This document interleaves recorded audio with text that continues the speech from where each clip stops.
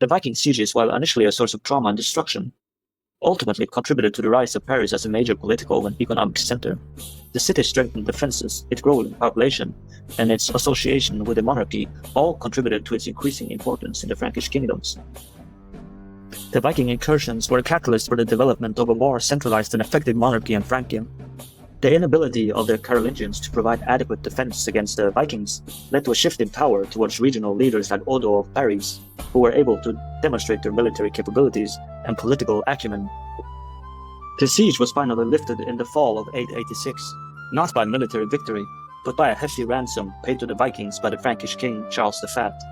This decision, while bringing an end to the immediate crisis, would have significant repercussions for Charles' reign and the future of the West Frankish kingdom. The Annals Vertaniini records the payment of the ransom. Charles, king of the Franks, gave the Northmen 700 pounds of silver to depart from Paris. This was a substantial sum, equivalent to several $1 million in today's currency. It represented a significant financial burden for the Frankish kingdom and a humiliating concession to the Viking invaders. To truly understand the magnitude of this ransom, we turn to the analysis of historian Simon Kaufman in his book The Vikings in Francia. The ransom paid to the Vikings in 886 was one of the largest ever recorded in the Viking Age. It represented a significant portion of the West Frankish kingdom's annual revenue and placed a considerable strain on its finances. Kaufman argues that this financial strain contributed to the weakening of the Frankish monarchy and its ability to defend its territories against future Viking attacks. But the ransom was more than just a financial transaction. It was a symbol of weakness, a sign that the Frankish king was unable to protect his own capital from Viking aggression.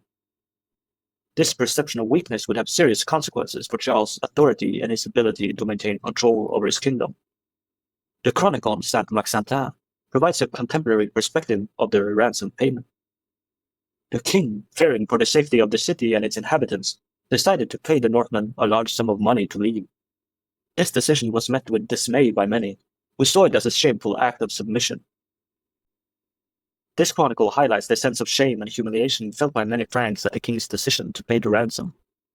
But it also reveals the difficult choice faced by Charles the Fat, caught between the desire to protect his people and the need to preserve his own authority.